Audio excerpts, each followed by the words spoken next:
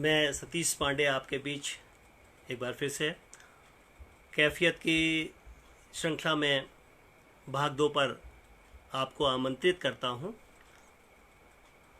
जैसा कि हमारे बीच में आज एक ऐसा व्यक्तित्व, एक ऐसी शख्सियत है जो कि हमारे घरों में टीवी से या बड़े पर्दे से हमारे हॉल तक पहुंचती हैं। शीघ्र ही वो हमारे बीच में होंगी। मैं उनका नाम आपके बीच में पेश करूंगा।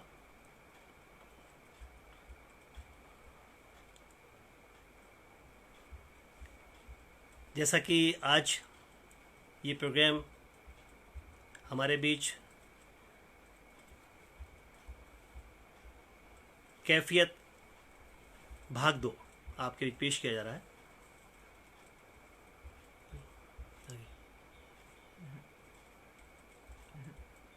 तीसरे नंबर पे और पल भर का इंतज़ार मेरे सभी मेरा प्यारा भाई गुरदीप भाई हमारे बीच में आ चुका है। और हमेशा मेरे शो में कहते हैं जिसे कि पूरा मंच संचालक के रूप में गुरदीप भाई हमारे बीच में होते हैं। हमारे बीच में संजीव जैन जी हैं जो कि मेरे जितने भी ये शोज के बारे में जब बात जिक्र होता है तभी वो आ जाते हैं और मेरे साथ देते हैं। हमेशा संजीव जैन जी मेरे साथ हैं। और मेरे साथ हैं मीनू जो कि हल्द्वानी से हैं, मेरी साली साहिबा हैं। और रैनी जी आपका स्वागत है। कुछ ही पलों में हम साथ में होंगे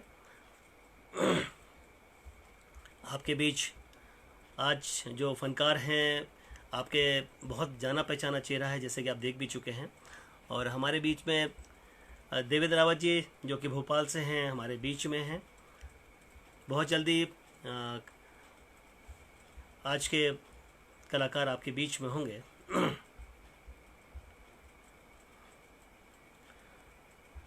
बस कुछ पल का इंतज़ार है। ये फेसबुक लाइव ये शुरुआत है और जैसा कि पूरे हिंदुस्तान में ये देखा जा रहा है और इसकी बहुत चर्चाएं हैं। ये कैफियत एक नया एक शब्द है।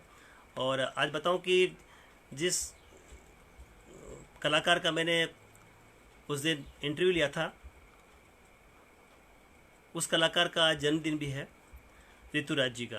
तो ऋतुराज जी को बहुत बहुत शुभकामनाएं। और इंदौर का एक जाना माना एक चेहरा है जिसका नाम है विशाल भाई। विशाल भाई का भी हमारा आज जन्मदिन है। बहुत बहुत शुभकामनाएं हैं विशाल भाई को।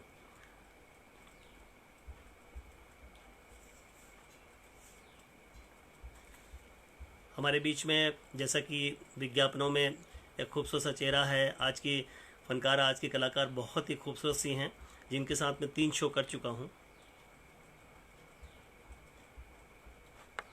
जल्दी ही आपके बीच होंगे।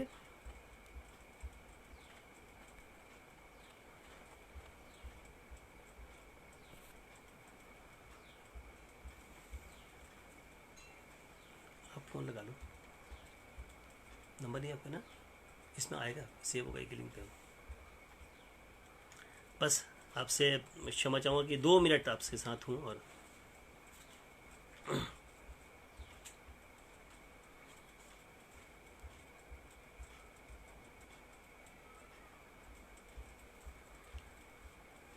एक सफलतम कार्यक्रम के लिए मित्रों की बहुत ज़रूरत होती है। और सचमुच आज मैं खुश नसीब हूँ कि मेरे साथ मेरे मित्र मेरे कंधे पर हाथ रखे चल रहे हैं। और उनको इंतज़ार है कि ये प्रोग्राम बहुत खूबसूरत तरीके से आज भी हो। तो आपकी हाँ, तो आप मेरे साथ में हैं, मेरे कंधे पर हाथ रख के मेरे साथ चलने की एक कोशिश है और वो सफलतम हो रहा है जैसे कि पहले भी हुआ था। तो आज ये प्रोग्राम भी आपके बीच जो पेश किया जा रहा है, मेरे सब मित्र आप लोग हैं साथ में, तभी सफल होगा। तो आप मैं विशेष रूप से गुरदीप भाई आपको तहे दिल से शुक्रिया अदा करूँगा। और आज जो फनकारा हैं वो पंजाब की हैं जैसा कि मैंने लिखा भी है पोस्टर में। तो बहुत जल्दी वो हमारे बीच में आएंगी और गुफ्तगू बहुत खूबसूरत है। दिल की बातें दिल से तक होंगी। और हम मेरे बीच में कतर से मेरे बहुत अजीज़ परिवार, मेरे दीदी जीजा जी भी आपके बीच में आ गए हैं, और मेरी बेगम साहिबा सोनी जी भी लाइव आ चुकी हैं, उनका भी स्वागत है।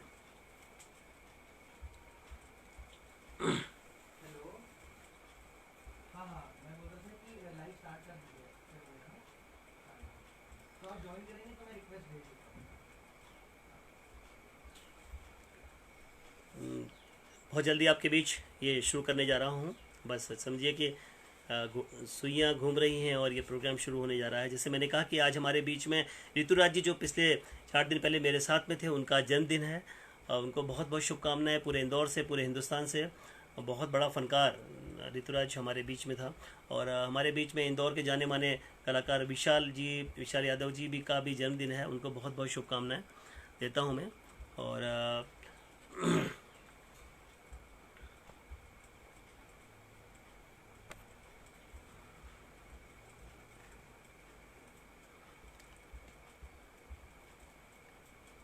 कहते हैं कि हज़ारों किलोमीटर दूर से हम फेसबुक के द्वारा या व्हाट्सएप के द्वारा या अलग अलग चीज़ों से एक दूसरे से मुलाकातें कर लेते हैं, गुफ्तगू कर लेते हैं। वही सिलसिला यहाँ शुरू किया है हमने, और बहुत जल्दी आपके बीच ये प्रोग्राम शुरू होने वाला है।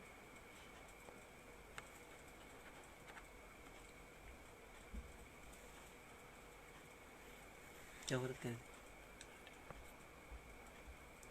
इतिहास नहीं होगा। मेरे जीजा श्री हमारे बीच में हैं, आपका स्वागत है। बहुत जल्दी आपके बीच गुफ्तगू शुरू करने जा रहे हैं। समय लगता है ना, और फ़ोन करो ना। कर दिया आप क्या वो करते आए नहीं अभी तक?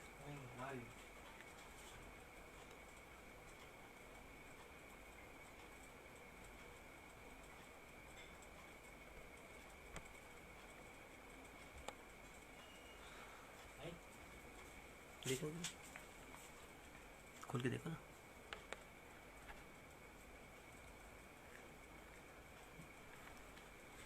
फोन लगा के मेरे से बात कर। आगे आगे आगे आगे, सबसे ऊपर, सबसे ऊपर। इंतजारियां खत्म करते हैं, और हमारे बीच में आज जो कलाकार हैं वो हिंदुस्तान के घरों में टीवी से पहुंचे हैं, और वो पर्दे से, टीवी से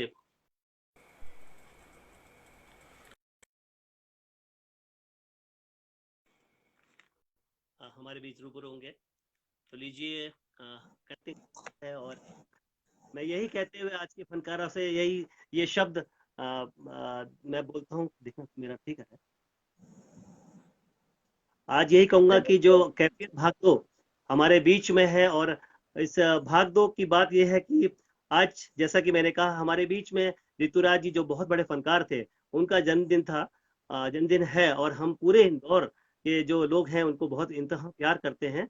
और हमारे इंदौर के एक और फनकार जो कि बहुत बेहतरीन गाते हैं, उन विशाल यादव जी का भी जन्मदिन, हम सभी उनको बहुत शुभकामनाएं देते हैं। और कैफियत भाग दो की बात मैं करने जा रहा हूँ आज, कि हमारे बीच में आज ऐसी शख्सियत है जो कि जिनके जिस्म पर दो खूबसूरत आंखें हैं, जिसके ऊपर खूबसूरत सी भौहें हैं।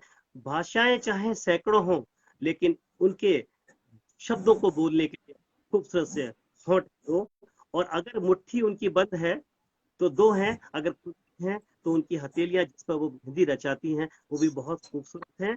और इन सब दो की हम बातें कर रहे हैं, तो लेकिन एक बात आप लोगों के बीच में कहना चाहूंगा, उस खूबसूरत से शख्सियत के अंदर एक खूबसूरत सा दिल है। जिस दिल के अंदर उसका बेहतरीन एक खूबसूरत सा पति है, एक बेहतरीन खूबसूरत से दो बच्चे हैं, और बेहतरीन खूबसूरत से उसके मम्मी पापा हैं। इस हमारा एक कलाकार जिसका नाम है, मैं यही कहूंगा कि जमी एक, आकाश में जमी एक है, और हिंदुस्तान एक है। इस हिंदुस्तान की इतनी प्यारी जमी की इतनी खूबसूरत कलाकार हमारे बीच में, बेहतरीन शख्सियत कमल जी गढ़ियाला, जो कि एक ऐसा नाम से हमारे बीच में है। कमल जी, आपको सतीश पांडे का प्यार भरा नमस्कार, और समझिए ये हजारों हाथ आपके सामने हैं नमन करते हुए। हमारे बीच में है पूरा इंदौर, पूरा मध्य प्रदेश, पूरा हिंदुस्तान आपको नमस्कार। Thank you so much Satish ji, आपके इतने खूबसूरत अल्फाजों के लिए। आपको पता है कि आपके अल्फाजों की मैं हमेशा से फैन रही हूँ। Thank you so much. बहुत ज्यादा बोल दिया, मैं इतनी बड़ी नहीं हूँ जितना आपने मुझे तारीफ कर दी। Thank you so much. Kamal ji, आपको बताऊं, ये भाग 2 है। और जब मैंने शुरुआत की थी तो मैं चाहता था कि वो मित्र जो मेरे साथ शो करते आ रहे हैं, तो उन मित्रों को सबसे पहले शुरू में मैं अपने साथ शामिल करूं। और आज ये सच है कि ऋतुराज मेरे बेहतरीन मित्र हैं। और आप जो, आज मैं तो यही कहूंगा कि आप इंदौर और पंजाब को एक करने वाली ऐसी शख्सियत हैं, जिन्होंने कि इंदौर में भी और अपने पंजाब में भी और मुंबई दिल्ली सभी जगह अपनी अपनी अदाकारी की, अपनी बातों की जो आपने एक महक बिखेरी है, उसके लिए शुक्रिया कहूंगा। और यही कहते हुए कि जब आप पंजाब में थी, तो सोचिए कि जब आप छोटी रही होंगी, तो इंतहा खूबसूरत एक बच्ची जब क्लास में आती होगी, तो न जाने कितने लोग पंजाबी में गीत गुनगुनाते होंगे प्यार के।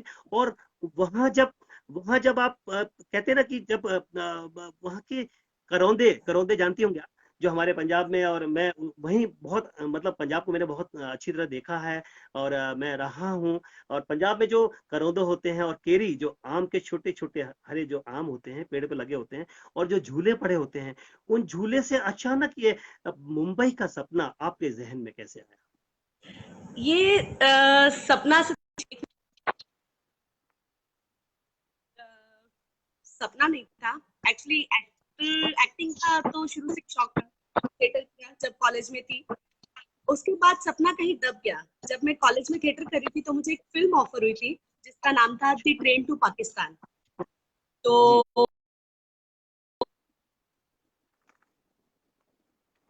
आपकी लड़की बॉम्बे में जाके कैसे सरवाइव करेगी, अकेले कैसे रहेगी। तो वो सपना कहीं बिहाइंड द सीट चला गया और फैमिली सामने आ गई। फिर शादी हुई, शादी करके इंदौर आई। मेरे इंदौर आई, आपके इंदौर आई। 3 साल वही रही। पर जैसे डेस्टिनी को कुछ और ही मंजूर था, डेस्टिनी कहीं ना कहीं घुमा फिरा के मुझे बॉम्बे ले आई। बॉम्बे आई तो लकी ऑफर्स मिलने लगे, बट उस टाइम पे शायद कॉन्फिडेंस नहीं खत्म हो चुका था कि मैं एक्टिंग कर पाऊंगी कि नहीं कर पाऊंगी वापस। मेरी बेटी को बहुत अच्छे ऑफर्स मिले उस टाइम पे। मेरी बेटी ने एज अ चाइल्ड आर्टिस्ट 8 साल काम किया, बहुत अच्छा नाम कमाया। मूवीज की 9 से ज्यादा सीरियल किए। पहला सीरियल उसका बालाजी के साथ था, क्या होगा निम्मो का। उसने बहुत नाम कमाया। तो मैं कहीं ना कहीं अपना सपना उसमें जीने लग गई थी। मुझे ऐसा लग रहा था कि ये मैं हूँ, जो मैं नहीं कर पाई वो ये कर रही है। और इस ड्यूरिंग एक बात हुई थी कि जब उसको ऑफर आई सीरियल की, तो मैंने अपने पापा से पूछा कि ऐसे मेरी बेटी को ऑफर आ रहा है तो क्या किया जाए। तो डैड ने उस टाइम एक बात कही थी कि मैंने तुमको रोक के बहुत बड़ी गलती की थी। तब तुमको नहीं रोका आता तो आज तुम कहीं और होती। तो अपनी बेटी को कभी मत रोकना, जितना हो सके उसको आगे बढ़ाना। तो बस उनकी दुआओं से, आप लोगों के आशीर्वाद से आज आपके सामने बैठी हूँ। कमल जी, खैर, मुझे जी। लगता है कि कहीं ना कहीं आप सेंटी हो गई हैं। तो जब माता पिता का नाम आता है तो जरूर सेंटिमेंट्स आ जाते हैं, नो डाउट। और थोड़ा जब सा डैड का नाम आता है तो अपने शो को थोड़ा बदल रहा हूँ। मैं जी। यही कहूंगा कि सोचिए, एक पंजाब की खूबसूरत सी, एक बहुत प्यारी सी हमारी फनकारा हमारे सामने है। और शायद जब वो स्कूल में आती होंगी, जिस जगह बैठती होंगी, ना जाने सामने बैठने के लिए लोग लड़ाइयाँ तो लड़ते होंगे। और मैं मेन मेन की बात कर रहा हूँ।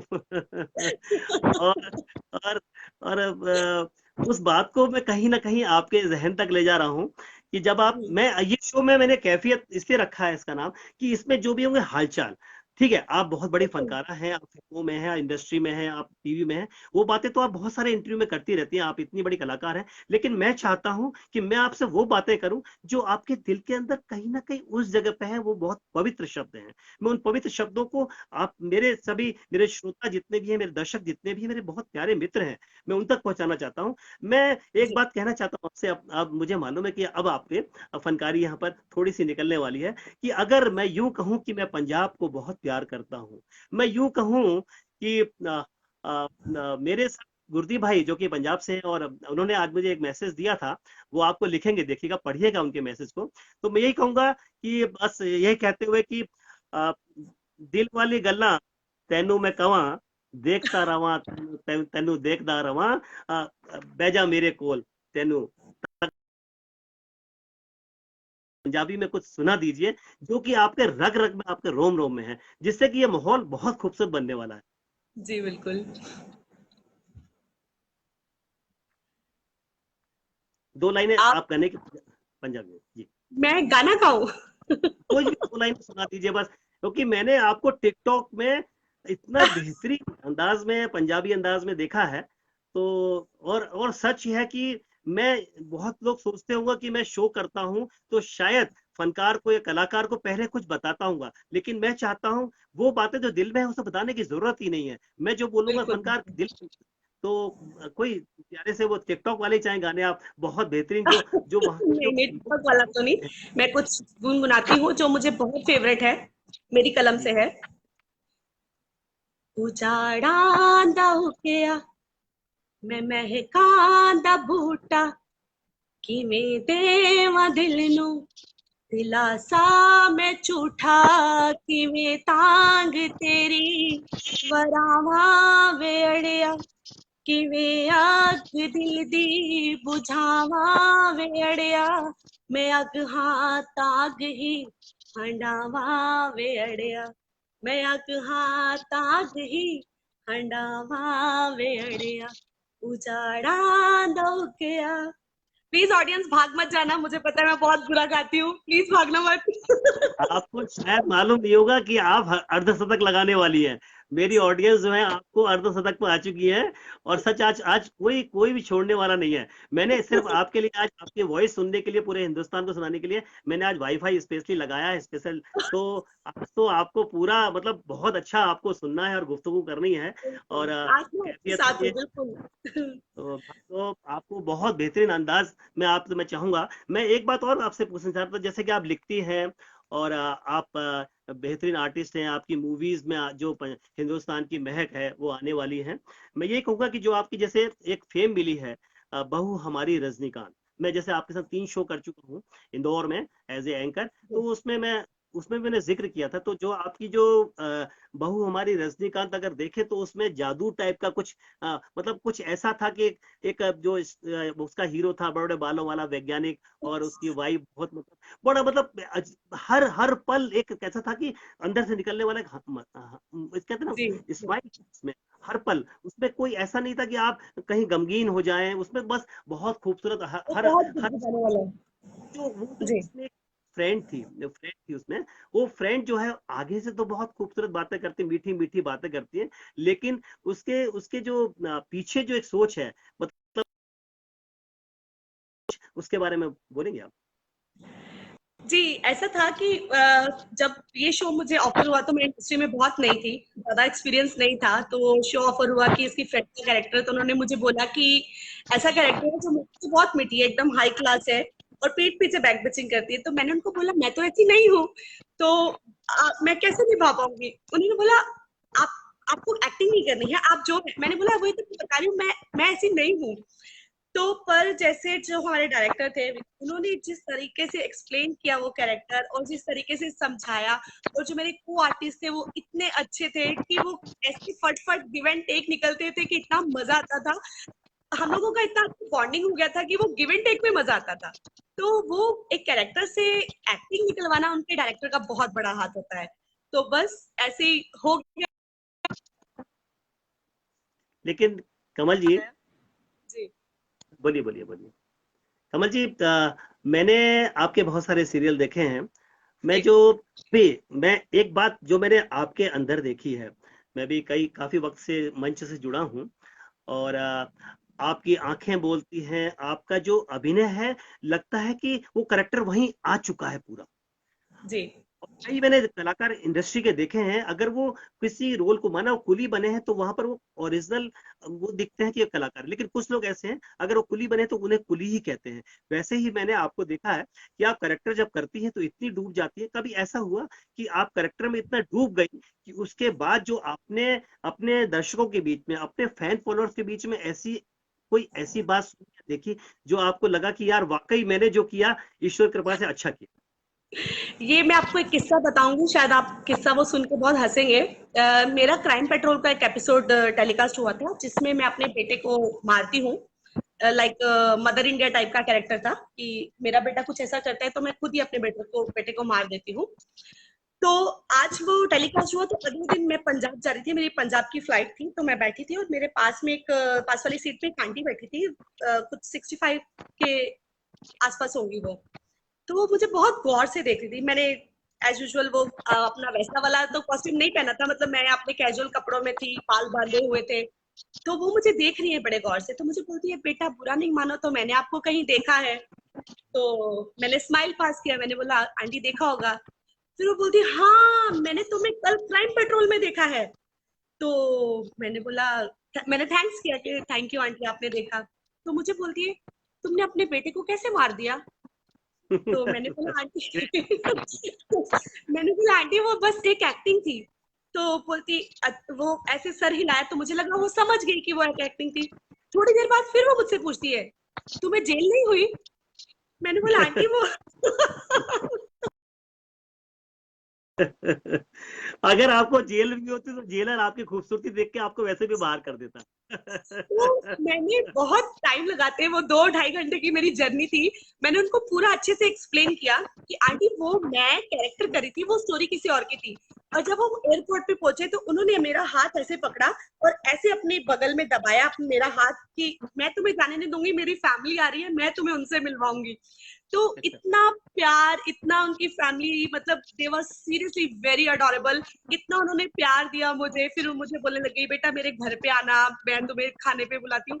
तो ऑडियंस बहुत प्यार करती है और इतना अच्छा लगता है कि आपको वो कैरेक्टर समझने लगती है कि आप ही हो, आपने कत्ल किया है वो बहुत कन्विंस हो गई थी कि मैंने ही मर्डर किया है तो वो मैं चीजें सबसे अच्छी लगती उस माँ को नमन करूंगा कि उस माँ ने इतनी खूबसूरत बेटी हमारे बीच दी है, और आज इंदौर, एमपी और हिंदुस्तान के पूरे लोग आपको आज देख रहे हैं रूबरू, और आपसे है। गुफ्तगू कर रहे हैं, वो सुन रहे हैं। ये अल्फाज ये सब मेरे दोस्तों के हैं जो आप तक पहुंच रहे हैं।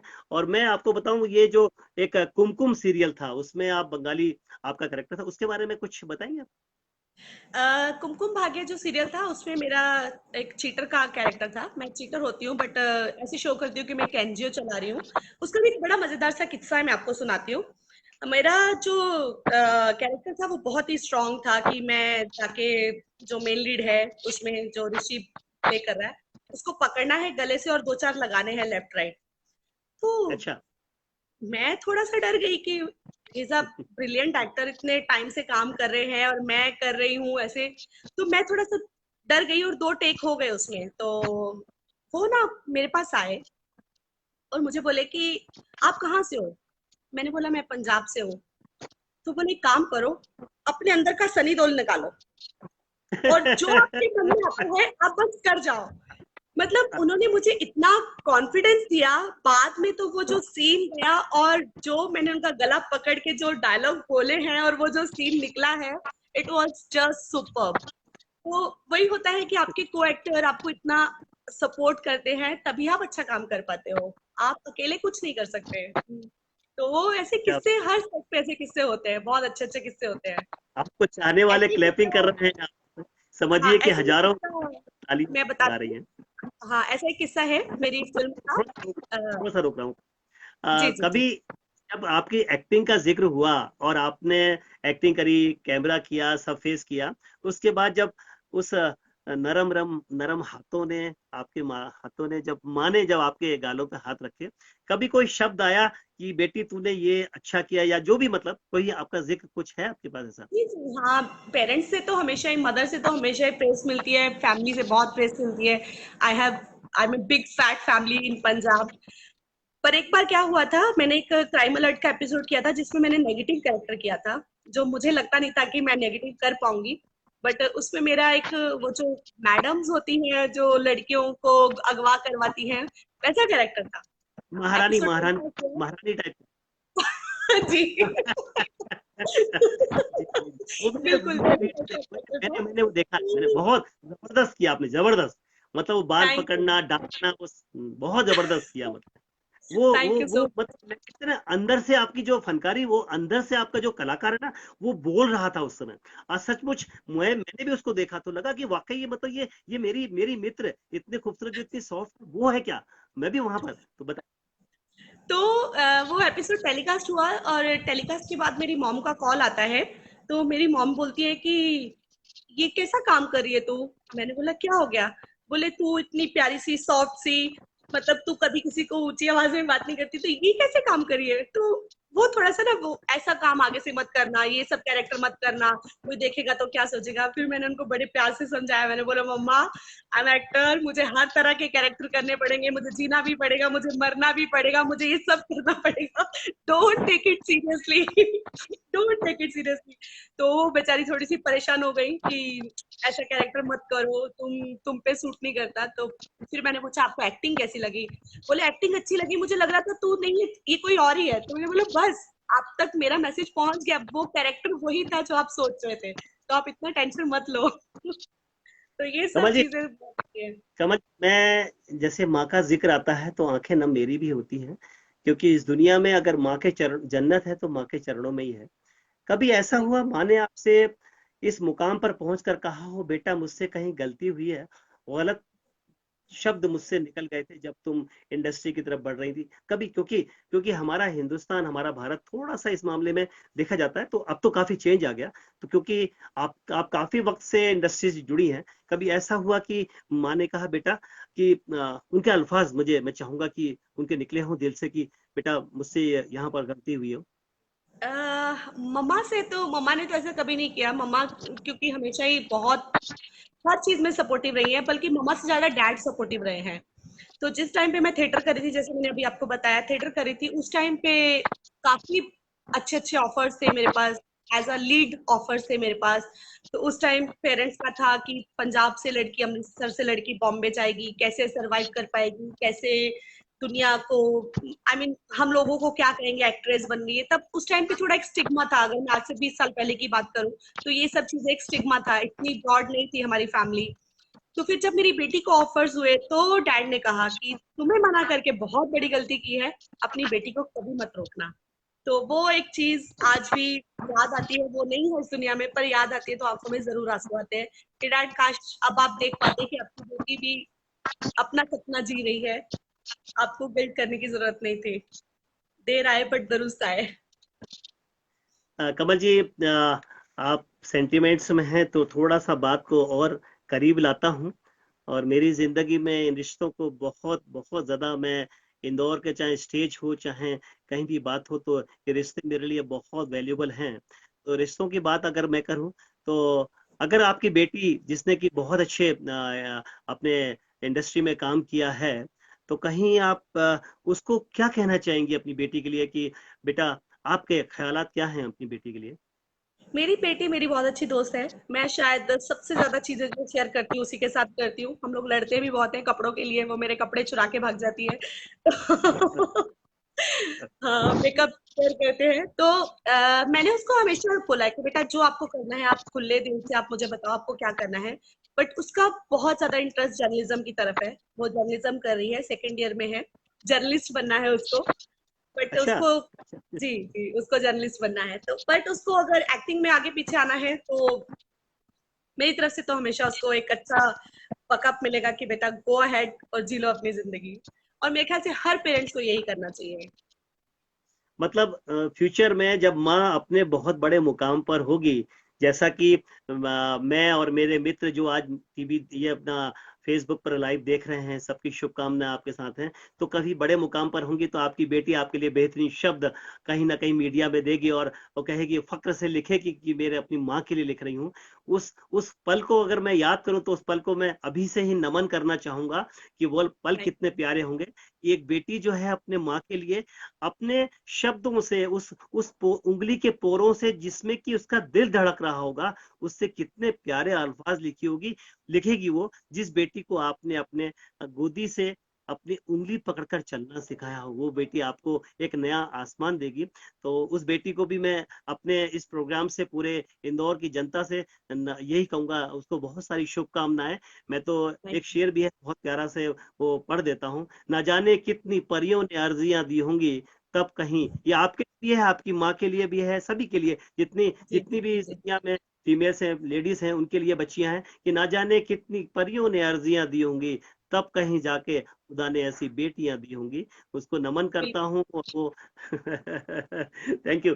और आप खुश होते हो अपनी बातों से, बस आंखों में आंसू आने बाकी हो जाते हैं, बाकी सब कुछ हो जाता है। मुझे मालूम है कि मेरे 3 शो में जब हम लोग शो कर रहे थे, आपने नमन को, आज भी मेरे घर में वो फोटोग्राफ लगा है जब आपने नमन को पहली बार इंदौरी रत्न दिया था। और सच बताऊं वो मुकाम आज ये हाल है, 2 साल के अंदर नमन आज पूरे इंदौर में उसे इतना प्यार मिलता है और उसको अब मालवा रत्न भी मिल चुका है।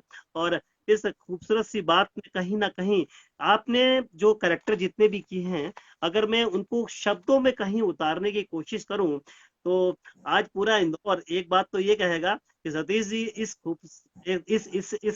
खूबसूरत सी अदाकारा के लिए जो आप लिख रहे हो, ये शब्द शायद इसीलिए आपके अल्फाजों में हो। तो मैं आपके लिए बोल रहा हूँ कि आपके जिस्म पर जो जो जो हिंदावली का जो आपका जो उसे शब्द कहते हैं पैराहन, पैराहन मतलब पैर, पहन, जिस्म पर आपके हिंदी शब्दावली का पैराहन है। बंगला जुबान की आपकी एक खूबसूरत सी मैंने बिंदी देखी है जो आप लगाती हैं, आपने बंगला जुबान में एक कुमकुम में आपने काम भी किया था, वहां के लिए कसौटी में भी शब्द। बंगाली किया है।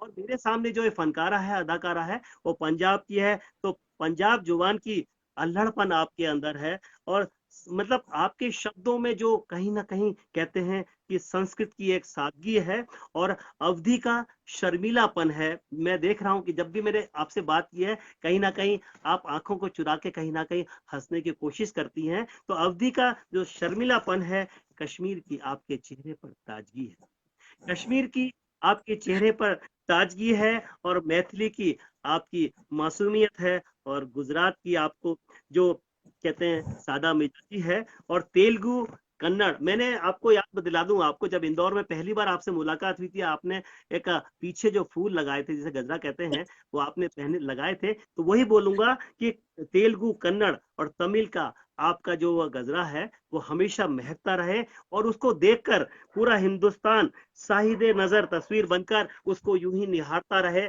मैं आपकी इस खूबसूरत सी, सचमुच जो मेरा पूरा जो मित्र है वो कह रहे होंगे, सतीश जी ये शब्द सिर्फ आज कमल जी के होने चाहिए थे और मैं कह दिए। ये सब मेरे दोस्तों के दिए हुए अल्फाज हैं और मैं जो आपसे बयां किए हैं। तो मैं यही कहते हुए आपको बहुत बहुत शुभकामनाएं देना चाहूंगा, और आपको वहां ले जाता हूँ जहां से मैंने ये अल्फाज शुरू किए थे, यानी इंदौर।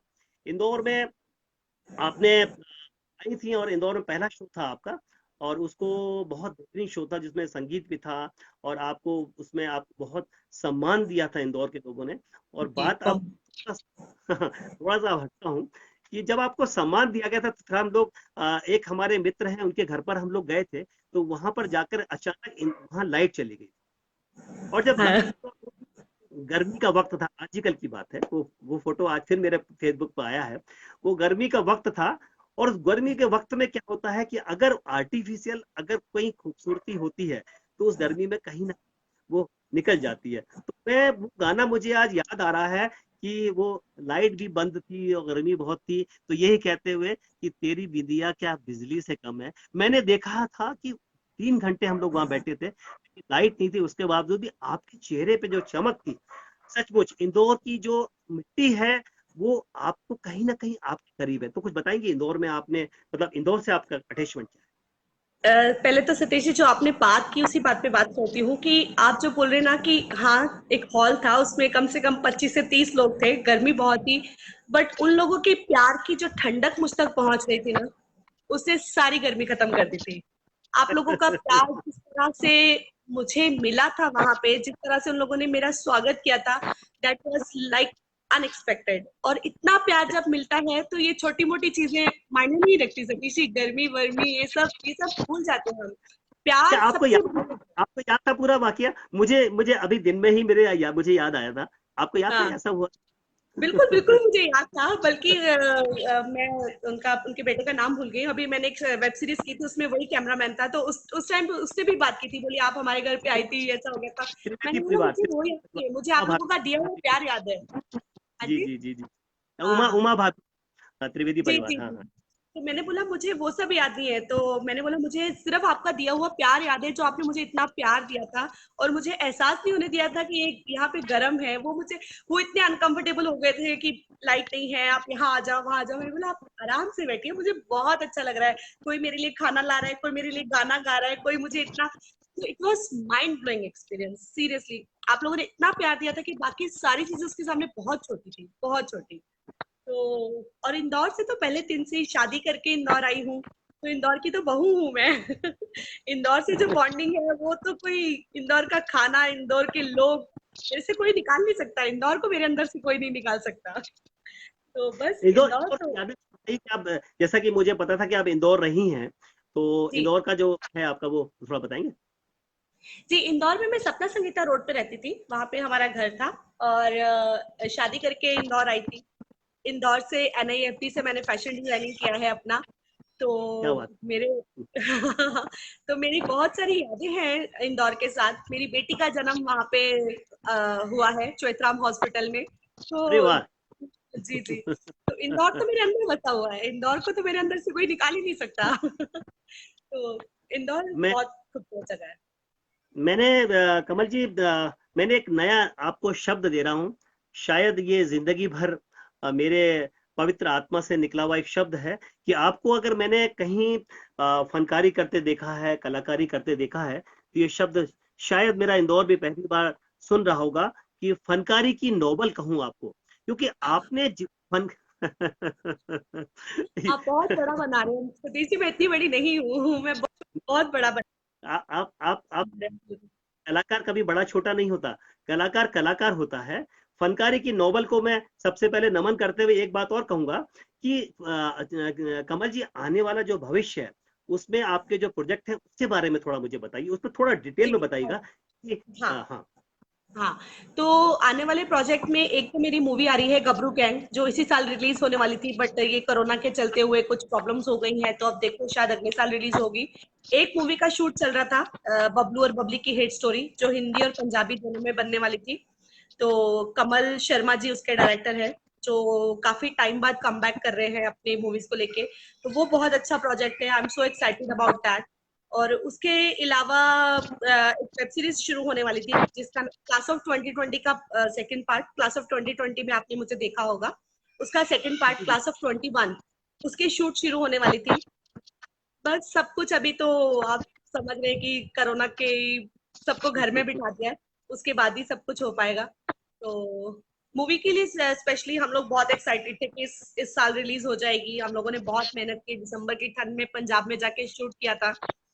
देखिए, अप्रैल में रिलीज होनी थी, अब देखिए अब कब अगले साल पे ही जाएगी बात। और कसौटी जिंदगी की वो तो चल ही रहा था मेरा, वो तो कर ही रही थी मैं साथ में। तो नहीं बस यही कमल, सब। मैं उस तरह, जैसे इंडस्ट्री में आप इतने सालों से हैं, आपने जी शुरुआत बचपन से की थी पंजाब, और फिर उसके बाद दिल्ली, दिल्ली से उसके बाद आप मुंबई, मुंबई से आप साउथ में। मैंने तभी आपसे कहा ना कि ये शब्द जो मैंने बोला है फनकारी की नोबल, मतलब वो एक ऐसी किताब होती है जिसमें कहीं गम और खुशी और हर हर हर कहते हैं जायका, हर जायका उस नोवेल में मिलता है। वो आपने जी। पूरे हिंदुस्तान दिया है। मैंने जो पढ़े थे शब्द वही था। तो मैं आपसे पूछना चाहता जो आज फर्क है, आज पहले जो आपने जिस तरह से बहू, रजनीकांत और ये कुमकुम, ये सब आज के सीरियल में, उस वक्त के सीरियल में आपको क्या मतलब लगता है कि कुछ फर्क आ गया है कुछ? जी जी जी, बहुत इंडस्ट्री में बहुत फर्क आया है। पहले स्टोरीज पे काम होता था, बहुत ज्यादा स्टोरीज पे बहुत आई मीन स्टोरीज को इम्पोर्टेंस दिया जाता था। अभी इंडस्ट्री में थोड़ा सा डेली सोप्स है, तो डेली सोप आपको रोज दिखाना है लोगों को, तो स्टोरी में इतना काम मतलब हो रहा है। मैं ये नहीं बोलूंगी कि स्टोरी पे काम नहीं, इसलिए डेली सोप पे काफी फर्क आया है। पर अच्छा, लोग काम कर रहे हैं। और आजकल जो वेब सीरीज का एक दौर शुरू हुआ है, वो मैं बहुत बात खूबसूरत है। बता रहा था जी कि जो जी वेब सीरीज चल रही है, तो उसमें उसमें जैसे अभी गवर्नमेंट का भी जो है उसमें फ्री हैंड दिया हुआ है। अभी एक वेब सीरीज आई है, उस पर ऑब्जेक्शन भी हुआ है। तो वो जो फर्क है, मैं आपसे चाहूंगा कि उसके बारे में आपके व्यूज क्या है, कि मतलब एक सिनेमा है, ये तीन तीन पार्ट हो चुके हैं अब। जी जी एक जी तो जी। सिनेमा है, एक सीरीज है, और एक जो है सीरियल है। तो कहाँ आपको कंफर्टेबल लगता है कि अपना बेस्ट हम कहाँ पर दे सकते हैं? मैं बताती हूँ सीरियल्स का क्या है ना। सीरियल हम लोग कहीं ना कहीं मासिस को सोच के बनाते हैं, क्योंकि सारी दुनिया टीवी में बैठ के परिवार के साथ बैठ बैठ के देखते हैं। तो हमें बहुत चीजें रिस्ट्रिक्ट करनी पड़ती हैं, बहुत सारी चीजों को लेके रिस्ट्रिक्शंस होता है, कपड़ों को लेके, बातों को लेके, अल्फाजों को लेके बहुत रिस्ट्रिक्शंस होता है। और वेब सीरीज में अभी सेंसर नहीं आया है। तो वेब सीरीज में कहीं ना कहीं वो चीज है कि सेंसर नहीं है चीजें, तो आप हम्म। जो भी है वो दिखा पा रहे हो। Some it is good, some it is bad, but इसका जो बैड इफेक्ट ज्यादा आ रहे हैं। एज एन नहीं, एक्टर मैं तो एक ये आपको बोल रहा हूँ, लेकिन हर जी चीज की एक सीमा तो होनी चाहिए ना, कि मतलब जी हम घर में कोई चीज देख रहे जी हैं, हम परिवार के साथ देख रहे हैं। अब मैं कहता हूँ परिवार के साथ नहीं भी देख रहे हैं, अगर जी जो उसका जो एक देखिए क्या होता है, हमारा टीवी, हमारी फिल्में, हमारा कहीं ना कहीं एक आईना बन के आ जाती है हमारे सामने। उसमें से हम कुछ ना कुछ तो अंदर इनहेल तो करते ही है ना। तो मैं सिर्फ इतना पूछना चाहूंगा, जो ये ओपन है, एक तरफ बहुत ज्यादा कवर किया हुआ है, उसमें आपको क्या लगता है कि कौन सा चीज ऐसी है जहां एक फनकार अपने को बेस्ट दे सकता है? सतीश जी, बेस्ट तो सब जरिए बेस्ट है। मुझे तो फिल्म सबसे बेस्ट लगती हैं। एज एन एक्टर बोल रही हूँ, चलिए, जो मैंने फिल्म्स की हैं, बहुत फ्रीडम होती है। आपको आपको सिर्फ कैरेक्टर समझा दिया जाता है, आपको सिर्फ वो कैरेक्टर जीना होता है, लाइंस के पीछे आप नहीं भागते। तो एज एन एक्टर फिल्म्स का कोई जवाब नहीं है, फिल्म्स का कोई कंपैरिजन नहीं है। फिल्म्स मिलती है तो नथिंग लाइक दैट। पर एज एन एक्टर आप कितनी फिल्म्स कर सकते हो, एक दो।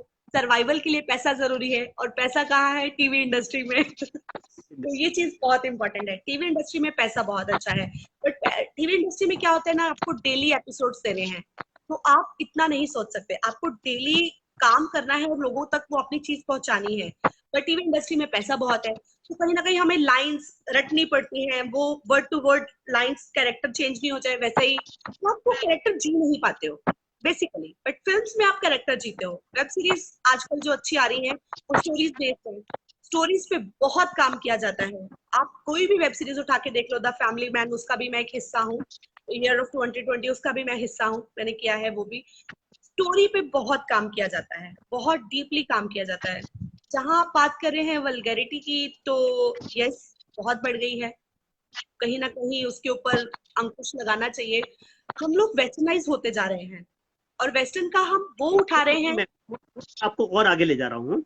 जी शायद मेरे इंटरव्यू को थोड़ा सा मैं बड़ा कर रहा हूँ, क्योंकि आप मेरे साथ काफी वक्त मेरे साथ मंच पर रही हैं, तो इसलिए मैं खुल के बोल भी सकता हूँ आपसे जी कि जी ठीक है, वेस्ट तो हम बात कर रहे हैं, लेकिन क्या हो रहा है कि हम किसी और, चाहे वो जाति हो या धर्म हो, कई चीजें आ गई हैं। आज मैंने देखा था कि एक वेब सीरीज के ऊपर काफी ऑब्जेक्शन हुआ है। तो कहीं ना कहीं इसके लिए थोड़ा सा तो मैं चाहता हूँ, आप क्या चाहती हैं, कि थोड़ा सा कहीं कंट्रोल होना चाहिए, या फिर ये बिल्कुल। सिलसिला ऐसे ही चलता रहे कि खुद आदमी अपनी सीमाओं में आ जाए? बिल्कुल होना चाहिए, बिल्कुल कंट्रोल होना चाहिए। जैसे टीवी पे सेंसर बोर्ड है, फिल्म्स पे सेंसर बोर्ड है, हमारे जो हाथ, क्योंकि मोबाइल ऐसी चीज है आजकल बच्चे बच्चे के हाथ में है। हर किसी के हाथ में मोबाइल है। वो बच्चा कब क्या देख रहा है, हम नहीं जान सकते, क्योंकि टीवी आप सबके सामने बैठ के देख सकते हो। थिएटर में आप जाओगे, आप पेरेंट्स को पता होगा कि आप मूवी देखने गए हो। मोबाइल तो वो सबके डिजिटल। हाथ में है। तो जी कहीं जी ना जी। कहीं इन चीजों पे अंकुश लगाना हमारे। मैं टिकटॉक खुद बनाती हूँ, बट टिकटॉक पे भी आजकल इतना सब कुछ चल रहा है कि अंकुश ही नहीं है कोई। आप अपनी लिबर्टी के नाम पे कुछ भी नहीं कर सकते। आपको कहीं ना कहीं अपनी जिम्मेदारी समझनी पड़ेगी। एज एन एक्टर मुझे समझनी पड़ेगी, एज अ प्रोड्यूसर लोगों को समझनी पड़ेगी, एज एन परफॉर्मर जो टिकटॉक पे भी परफॉर्म कर रहे हैं, आपने टिकटॉक का नाम लिया इससे मैं बात कर रही हूँ, क्योंकि अभी इतने सब चीजें चल रही हैं, तो अंकुश लगाना एज अ पर्सन बहुत जरूरी हो गया है, क्योंकि मोबाइल तो आजकल हर किसी के हाथ में है, और मोबाइल एटम बॉम्ब बन चुका है जो कभी भी बिल्कुल सही फट कह सकता है। रही हैं। इसके इसके इसका प्लस माइनस दोनों ही है हमारे पास, कि प्लस अगर माइनस दोनों से है, बिल्कुल। अब आपको बताऊं मैं कि जैसे ये लॉकडाउन शुरू हुआ 22 से शुरुआत हुई थी देखा जाए जी तो मैंने जी 24 से लाइव शो करने शुरू कर दिए थे। उसके बाद जी। होते होते मेरे जहन में आया कि मेरे मित्र इतने खूबसूरत से हमारी इंडस्ट्री में हैं, क्यों ना वो उनका जो आज कहीं ना कहीं उनको लग रहा होगा यार हम लोग एक्टिंग नहीं कर रहे हैं, हम लोग दोस्तों से नहीं मिल रहे हैं, तो मुझे जहन में आया क्यों नहीं अपने मित्रों को ले आऊं और साथ में उनसे बहुत गुफ्तगू अच्छा करूं। किया आपने। और इसका नाम कैफियत दिया मैंने। लेकिन एक बात मैं आपसे एक बात पूछना चाह रहा था आज, कि थोड़ा सा चेहरे पे इस्माइल आपकी जान आने वाली है। एक फीमेल आर्टिस्ट जब रात में सोती है, मैं सीरियल की बात कर रहा हूँ, और उसके बाद उठती है तो पूरा मेकअप उसका जो होता है ऐसा लगता है कि वो सोई नहीं है, सिर्फ मेकअप किया है और उठ गई है। तो ये रियलिटी जो होती है, ये मतलब थोड़ा सा इसको बताएंगे कि फिल्मों में इसमें क्योंकि हम लोग जिक्र करते हैं इसका। इसके पीछे एक तो बड़ा लॉजिक कारण ये है सतीश जी, कि मेकअप करने में कम से कम हमें 1 से 1.5 घंटा लगता है एक अच्छा, आर्टिस्ट को। जी। क्या बात है, मेकअप एक करने सच्चाई में तो बोलने में एक सेकंड लगा आपको। आपको नमन करता हूँ कि एक मेरे सामने इतने खूबसूरत एक्टर बैठी है और उसने सच्चाई कबूली कि हमें 1.5 घंटा मेकअप करने में लगता है। नहीं तो लगता है। मोस्टली लोग तो वैसे ही हम तो बिना मेकअप के मैं नहीं देखता नहीं हूँ वो नहीं बोलते नहीं सतीश जी, बिल्कुल नहीं। जब हम कैरेक्टर में आते हैं, हैं। जब अपने श्रोताओं की बिल्कुल ओर से बिल्कुल सलूट है। सच्चाई, जी जी। अब हम कैफियत कर रहे हैं सब सतीश जी, हम वो बातें करेंगे जो पर्दे के पीछे रहती है। मैंने आपसे बहुत प्रॉमिस बढ़िया। किया था मैं आपके साथ खुल के बात करूंगी। तो एक बिल्कुल से बिल्कुल। डेढ़ घंटा लगता है हमें कैरेक्टर करने में, और हमें कम से कम एक एपिसोड एक दिन में निकालना होता है। तो एक रीजन तो ये है कि फटाक से आप मेकअप रिमूव करके वापस मेकअप करने जाओगे तो 2 घंटे वो खत्म। तो एक तो वो रीजन है कि हम लोग मेकअप चेंज नहीं करते और उसी उसी मेकअप में कॉस्ट्यूम चेंज करके सीन शूट कर लेते हैं। दूसरा बहुत रीजन ये है दूसरा रीजन ये है कि हर कोई फैंटेसी वर्ल्ड में जीना चाहता है। हर क्या बात हर है। कोई हर कोई फैंटेसी वर्ल्ड में जीना चाहता है। जो लोग सोच देखते हैं कि ये खूबसूरती अगर हम मेकअप हटा के आएंगे तो शायद लोग हमें उतना वो नहीं कर पाएंगे,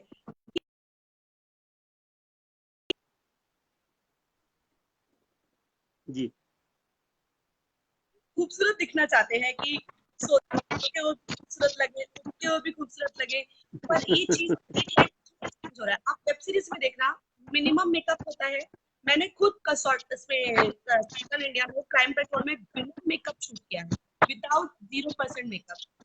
मैंने खुद सीन अच्छा, शूट किया, अरे क्या बात है। नेचुरल दिखता है, 0% वैसे मेकअप। मैंने आपके आपके साथ फेसबुक पे हूँ। मैंने फेसबुक पे आपके बहुत सारी फोटोग्राफ्स देखी हैं, तो उसमें बहुत सारी फोटोग्राफ्स ऐसी हैं, बहुत आपने लाइट मेकअप किया हुआ है। और जी एक एक एक मेरे को कमल ओरिजिनल कमल दिखाई दी है उसमें, मतलब क्योंकि मैंने तो आपको उस दिन भी देखा जब 3 घंटे आप बिना लाइट के बैठी थी, और सबके बीच में 20-25 लोग हम लोग बैठे थे और गुफ्तगू चल रही थी, और बहुत बेहतरीन, मतलब समझिए आपको बहुत प्यार मिल रहा था। उसके बावजूद भी जी आपका एक जो चेहरे पर रिफ्लेक्शन था, मैंने तभी कहा था कि तेरी बिंदिया क्या बिजली से कम है, और हम लोग सचमुच हमें लगा ही नहीं कि यहाँ 3 घंटे से लाइट नहीं है। तो मैं ये कह रहा था कि वो सच ही है कि सच्चाई पर अगर मैं वही ला रहा था आपको कि वेब सीरीज में अगर जाया जाए तो एक्टिंग से लेकर, अगर ये चीज मतलब रियलिटी जो आदमी की है, सोच, जो हम घर में जिस तरह से मूव करते हैं, हम जिस तरह से किसी से मिलते हैं, वेब सीरीज में वो बहुत मिलता है। और यही है कि बिल्कुल। हम उसको लिमिटेशंस अगर लाएं, तो मैं यही कहते हुए आपसे, ये मैं मुझे मालूम है आपका इससे आगे भी बढ़ के एक कमल है। वो कमल है, एक माँ है, एक पत्नी है, और एक अपना एक बेटी है। इस सबको अगर मिला के मैं कहूँ तो एक कमल एक और है, वो जो मैंने कहीं फेसबुक में देखा। एक कमल मेरी एक राइटर है, एक कुछ लिखती है अपने दिल की शब्दों को। वो शब्द मैं चाहता हूँ कि कुछ आप हमारे श्रोताओं को, हमारे दर्शकों को, मेरे मित्रों को आप सुना दें। सतीश जी, ये एक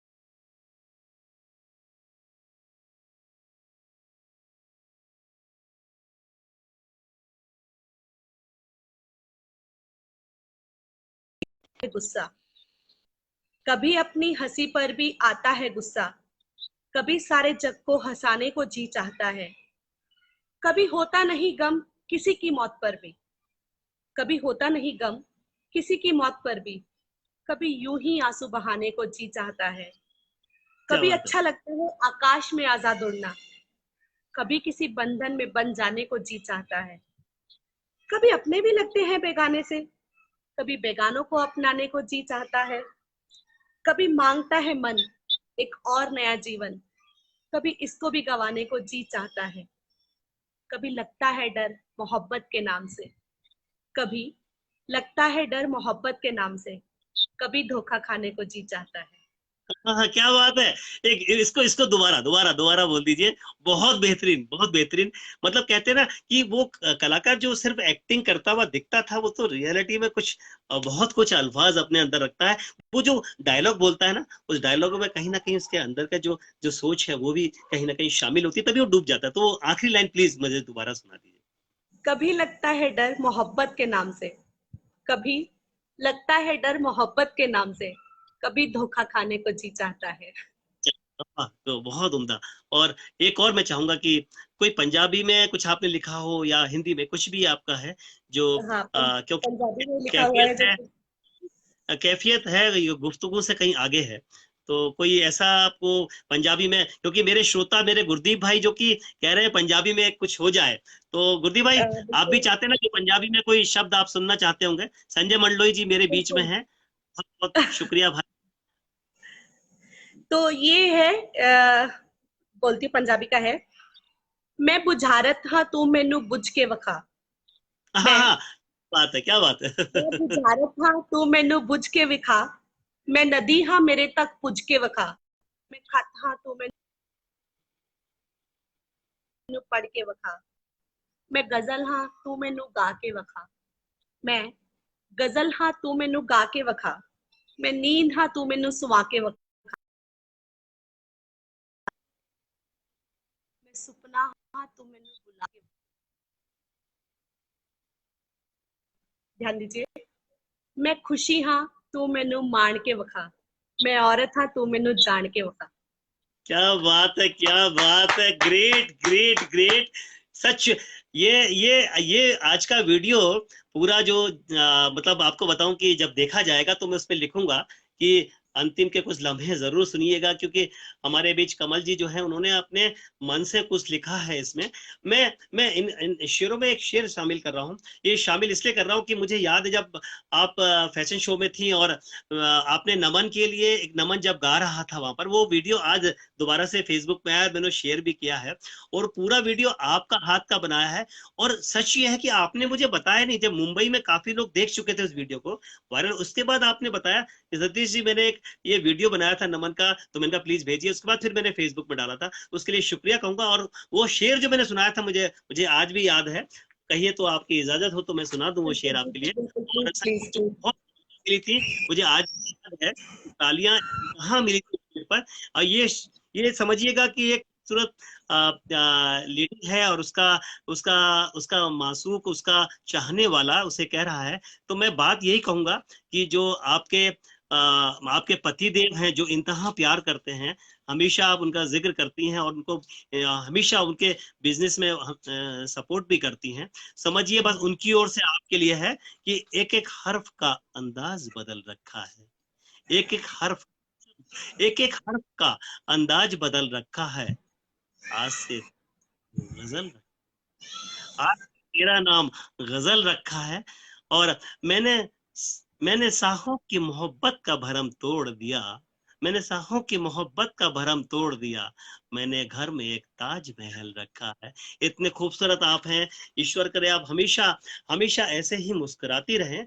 मैं कुछ पल आपके लेते हुए आपसे विदा भी चाहूंगा, लेकिन मन बिल्कुल नहीं कर रहा है। ऐसा लग रहा है कि बस कमल जी को सुनते रहूं, उनके उनकी लिखी हुई लाइनें लिख सुनूं उनसे, उनके और उनको पूरे इंदौर की ओर से इतनी शुभकामनाएं मिले कि आपकी आने वाली जो मूवी है जिसमें आप शायद आर्यन बब्बर की माँ बनी है ना, ऐसा मैंने है ना, वो फिल्म का नाम बताएंगे आप? है तुझे सलाम इंडिया। हाँ, तो वो मूवी पूरा इंदौर देखेगा, समझिए वो इंतहा सक्सेस होगी, क्योंकि कहते हैं कि इंदौर में ये जो कहते हैं जज्बा जो है ना देश के प्रति बहुत इंतहा है। तो यही कहते हुए कि जहां जहां तक उड़े तिरंगा वहां वहां तक घर मेरा है, और जब तक ऊंचा ये झंडा है तब तक ऊंचा सर मेरा है। उस फिल्म के लिए जो आपने की है, उस फिल्म के लिए कुछ चंद लाइनें मैं चाहता हूं जो बहुत जल्दी आपकी फ्लोर पे आ चुकी है और कंप्लीट हो चुकी है लगभग, वो हमारे इंदौर शहर में आएगी। तो वो कुछ बताएंगे उस फिल्म के बारे में थोड़ा सा? जी, उस फिल्म की स्टोरी बहुत ही अच्छी स्टोरी है। 3 दोस्तों की स्टोरी है जो लाइफ में कुछ बनने के लिए शहर जाते हैं, बट पॉलिटिशियंस जो पॉलिटिक्स के चलते हुए उनमें से एक दोस्त का मर्डर हो जाता है। अच्छा। तो मैं तीनों बच्चों की, मतलब बेटा तो मेरा मरता है बट मैं तीनों की माँ प्ले कर रही हूँ उसमें। तो एक माँ का जो दर्द है उस चीज में, वो पूरा बयान किया है। बहुत अच्छी फिल्म बनी है, बहुत ही खूबसूरत फिल्म बनी है। बस कुछ अड़चनों के चक्कर में, कुछ सेंसर के चक्कर में वो अटकी हुई है। कुछ सीन जैसे होता है ना कि अगर आप सच्चाई बताने जाते हो तो सबको हजम नहीं होती वो सच्चाई। तो बस उसी चक्कर में थोड़ी सी वो फिल्म अटकी हुई है। मैं चाहती हूँ कि बस उन अड़चनों से पार होके जल्दी आप लोगों तक पहुंचे वो फिल्म। बहुत खूबसूरत फिल्म है। आर्यन बब्बर मेरे बेटे बने हैं। आप इंसिडेंट में उसी चीज का बता रही थी कि आर्यन बब्बर के साथ सीन था कि मैं मरती हूँ और उसको मुझे गोद में लेना है, और हम लोग ऑलमोस्ट सेम एज के हैं बोलना नहीं चाहिए बट ऑलमोस्ट सेम एज के हैं। तो आर्यन मेरे पास आता है तो मुझे बोलता है कि कमल जी मैं आपको ऐसे हक करूंगा, ऐसे टाइट हक करूंगा, तो आर यू कंफर्टेबल? आर्टिस्ट की बहुत अच्छी बात है कि आपको कंफर्टेबल फील कराते हैं। तो मैंने आर्यन को बोला, मैंने बोला जब कैमरा ऑन होगा ना आर्यन, मैं तुम्हारी माँ हूँ, तुम मेरे बेटे हाँ, हो। फीलिंग विल बी जब there, feeling will be there, हाँ सच। हाँ, बिल्कुल, दैट यू जब दैट जब कैमरा ऑन होता है, मैं तुम्हारी माँ हूँ, तुम मेरे बेटे हो, do your performance, do your best, give your best. तो वो जो सीन निकल के आया है, सुपर। वहां पे जितने भी लोग शूट कर रहे थे, हमारे डायरेक्टर भी सब रो रहे थे। सचमुच मेरे मेरे जितने मित्र हैं, मैं अभी से आपको बता दूं कि सबको लेके वो मूवी में जाऊंगा। और ये यूट्यूब पर उस दिन मैं दोबारा से, उस दिन जिस दिन आपकी रिलीज होगी, मैं फेसबुक में डालूंगा और सबको याद दिलाऊंगा। और आपको चाहने वालों की लिस्ट तो बहुत है, देखिए आप कितने चाहने वाले, आपको कितना सब लिख रहे हैं। हमारे बीच में तलहा मस्तान जी हैं, वो उनको आप दो शब्द बोल दीजिए। और गुरदीप भाई भी जी हैं, विशाल जी हैं। इन सबको अपनी ओर से इनको आपकी आपके लिए इंतहा सदिए शुभकामनाएं हैं। जो मेरे रिलेटिव्स हैं, मेरी दीदी जिया जी जो कतर में है, वो भी शो देख रहे हैं। और बहुत सारे लोग, यश भाई हैं, बहुत सारे लोग ऐसे हैं जो मुझसे, मंडलोई जी हैं, बहुत सारे प्यार करते हैं। और वो सुबह से ही फोन लगा रहे थे कि मैं आज लाइव हूं, मैं जरूर आऊंगा, इतनी बेहतरीन फनकारा हमारे बीच में होंगी। और आज सचमुच आपने सबका दिल जीत लिया। और थैंक मैं यू। शायद ये समझता हूँ कि जितने भी फनकार हैं, जितने भी इंटरव्यू देते हैं ना, उनकी बातें सिर्फ फिल्मों तक सीमित रहती हैं कि फिल्में कैसी आ रही हैं, कितनी हिट हो रही हैं। लेकिन आज हमने जो कैफियत का ये पार्ट 2 आपके साथ में किया है, आप पार्ट 2 में जरूर हैं लेकिन एक पार्ट 1 में, मतलब एक नंबर 1 कलाकार हैं। ये मेरे दिल से दुआएं हैं आपको। थैंक यू सो पूरा मच इंदौर आपको सतीश। चाहता है, बहुत चाहता है, चाहता रहेगा। पूरे हिंदुस्तान में परचम लहराएं आप, और अपनी खूबसूरती से, अपनी मुस्कुराहट से, अपनी फनकारी से, यही दुआ मांगते हुए। और मैं आपसे यही कहूंगा कि कुछ शब्द आप इंदौर वालों के लिए या मेरे मित्रों के लिए कह दीजिए, जिससे कि उन तक पहुंचे। जी, बिल्कुल, बिल्कुल। पहले तो जो भी मुझे देख रहे हैं, सबको मेरी तरफ से बहुत प्यार भरी नमस्ते। आप लोग आए, आप लोगों ने मुझे देखा, आपने इतना समय निकाला, आप लोगों का बहुत-बहुत शुक्रिया। ऐसे ही प्यार बनाए रखिए मेरे लिए, सतीश जी के लिए। सतीश जी बहुत अच्छे इंसान है। सतीश जी, एक चीज़ कहना चाहती हूँ, मैं नमन की वाक़ई फैन हूँ। He is very good singer. वो बच्चा बहुत तरक्की करेगा, बहुत तरक्की करेगा। बहुत अच्छा गाता है वो। मैं दिल से बोल रही हूँ, जो मैंने वीडियो बनाया था, मुझे किसी ने बोला नहीं था। जैसे ही उसने गाना शुरू किया तो मुझे मुझे रोंगटे खड़े हो गए थे, और मैंने चुपके से अपना कैमरा निकाला और सबसे छुपा के, क्योंकि मैं जज की सीट पे बैठी थी, वो शायद अलाउड नहीं था मुझे, बट मैंने निकाला। मैंने सोचा ये मैं मिस नहीं कर सकती, ये मुझे बनाना है वीडियो। तो इसलिए मैंने वो बहुत दिल से किया था। तो इतना सबने पसंद किया, उसके लिए थैंक यू। बट वो वीडियो मैंने अपने लिए बनाया था कि मैं उसको बार बार सुनती रहूं। हाँ, मुझे मालूम वो करीब 1 महीने बाद मेरे पास आया था, जब आप अपने देख चुकी थी, अपने दोस्तों को दिखा चुकी थी, वायरल कर चुकी थी। उसके 1 महीने बाद मेरे पास आया था वो, जो आपने जब पता चला मुझे कि आपके पास है, तो मैंने वो उसके लिए फिर फेसबुक में डाला भी था, और आपने उसको बहुत पसंद किया था। आपको हमेशा नमन का नमन है। मुझे मालूम है आप जैसे मित्र मेरे पास हैं, तो मुझे मालूम है कि मुझे कुछ भी करने की जरूरत नहीं है, आप लोगों का आशीर्वाद नमन के ऊपर है, ये तो पक्का है। इंदौर, पूरा इंदौर नमन को चाहता है, मुंबई इंडस्ट्री में चाहते हैं सभी लोग। कल ऋतुराज जी ने भी नमन को बहुत स्नेह दिया, और सच है।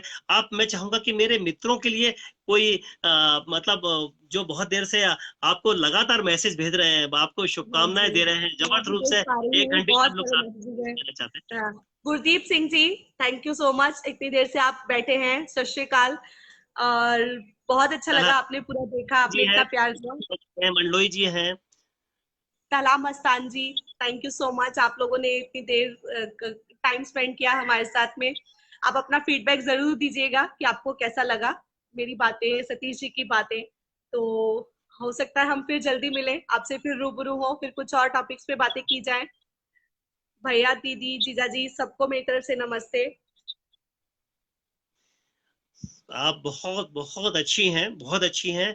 और सच्चे मन से जहाँ ईश्वर रहता है, उस मन से यही कहते हुए कि कभी हम जुदा ना हो, चाहे ये फेसबुक, ये जो सोशल मीडिया है उसमें जुदा हो जाएं, लेकिन कभी भी दिल से जुदा ना हो। और पूरा इंदौर, पूरा हिंदुस्तान आपको बहुत प्यार करता रहे। गुरदीप भाई, धन्यवाद, हमेशा मेरे साथ रहते हैं आप। मेरे बीच में संजय रेहाना जी, संजय लावरे जी, ये सभी लोग आपको कल से ही लगे संजय थे जी, कि हम जरूर बहुत बहुत देखेंगे। शुक्रिया आपका, आप बहुत शुक्रिया आपका। इस बार इंदौर आऊंगी तो जरूर आप लोगों से मुलाकात होगी। थैंक यू बिल्कुल, संजय हाँ जी, हाँ। जरूर।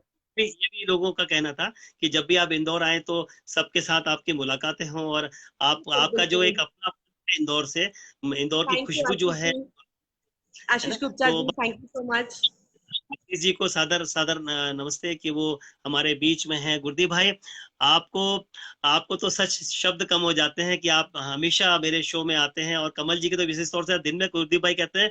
मैंने उनसे जब बताया कि आप पंजाब थैंक की यू हैं, संजय तो जी। शो में थे, कह रहे थे वाह यार, फिर तो पूरा शो जो है मैं पूरा ऐसा करूंगा कि पूरे अपने दोस्तों को दिखाऊंगा, जिसे वॉच पार्टी कहते हैं। गुरदीप भाई ने वॉच पार्टी की भी होगी। मेरे बहुत सारे दोस्त हैं जो वॉच कर बिल्कुल, रहे मैं होंगे। इस बार इंदौर आऊंगी, आपके घर जरूर आऊंगी, बिल्कुल आऊंगी। Thank you so much for inviting, जरूर आपके घर आऊंगी। सतीश जी मेरी लेके मेरी आएंगे मुझे आपके घर। जी जी जरूर, मेरे दीदी जिया जी भी आपका आपका पूरा शो देख रहे हैं, और उनको भी थैंक यू बोलूंगा। मेरे जितने मित्र हैं उनको धन्यवाद बोलूंगा। और कमल जी, मेरे लिए बस ईश्वर से दुआ मांगिए कि जो मैंने एक छोटा सा काम शुरू किया है आप लोगों के साथ लेके चल के, इस लॉकडाउन में जब आप बहुत परेशान है, सभी लोग कलाकार, सभी लोग परेशान है, तो आपके जो अल्फाज हैं, इतने मीठे शब्द हैं, वो कहीं ना कहीं हमारे घरों तक पहुंच के एक खुशियों का इजहार करते हैं। ये 1 घंटा कैसे बीता हमें खुद पता नहीं चला। आप ईश्वर से दुआ मांगिएगा, रब से, वाहेगुरु से दुआ मांगिएगा, अल्लाह से दुआ मांगिएगा कि ये कैफियत हर घर में, पूरे हिंदुस्तान में पहुंचे, और इसको याद किया जाए कि लॉकडाउन के जैसे उस पल में जब लोग बहुत परेशान थे, कैफियत ने कहीं ना कहीं पूरे हिंदुस्तान को एक नया मुकाम दिया। कुछ पल दिए ऐसे जिसमें हम हंसे हैं, मुस्कुराए हैं, और एक से एक फनकार हमारे बीच में आए हैं। मंगलवार को एक बार फिर कमल जी की शुभकामनाओं से, कमल जी के बहुत सारी मित्र भी मेरे साथ आने वाली हैं, और उस दिन कमल जी आपका जरूर जिक्र करूंगा मैं, जब आपके मित्र जो कि बहुत इंडस्ट्री में बहुत बड़े बड़े मुकाम पर हैं, और उनका मैं जिक्र करूंगा आपसे। सचमुच इस बेहतरीन मुस्कुराहट को भूलने का मन नहीं है कि मैं आपको विदा कहूं, लेकिन वक्त है, आगे बढ़ रहा है, रेत की तरह हाथ से निकल रहा है। शुक्रिया दिल से बोलता हूँ, पूरे थैंक इंदौर यू की सो ओर से मच। बोलता हूं।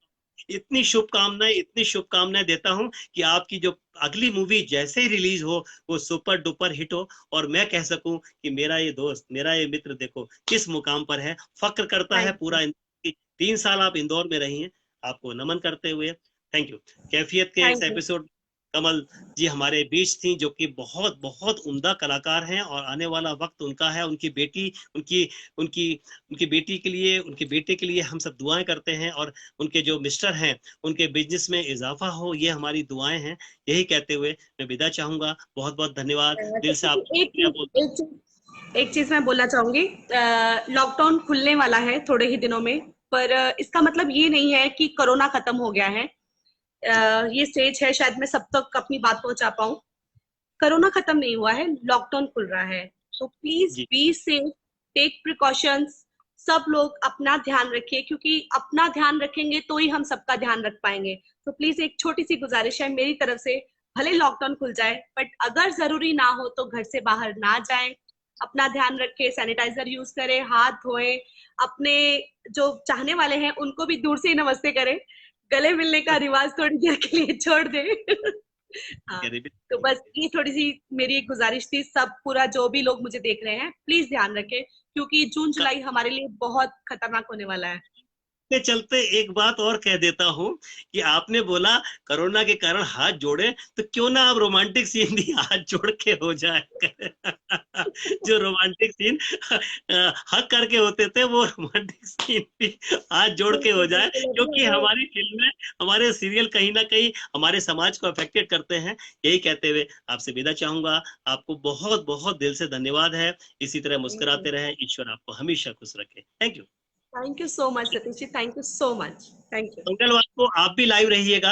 मंगलवार जी को फिर मैं बिल्कुल, शो लेकर आ रहा हूं। वो लेकिन वो शो बिल्कुल 4 रहेगा। 4 बजे रहेगा। एक ऐसा फनकार जो कि पूरे हिंदुस्तान में जाना माना चेहरा है आप ही की तरह, और वो मैं फनकार का आज फोटोग्राफ डाल दूंगा। तो कमल जी आपसे गुजारिश है कि आप भी प्लीज रहिएगा मेरे साथ में। और एब्सोल्युटली कभी एब्सोल्युटली। बहुत जल्दी फिर दोबारा से आपसे मुलाकात होगी नए अल्फाजों के साथ, नए। थैंक सतीश यू, जी आपके धन्यवाद। लिए मैं हमेशा हाजिर हूँ। दिल से रिस्पेक्ट करती हूँ मैं आपकी। Thank you.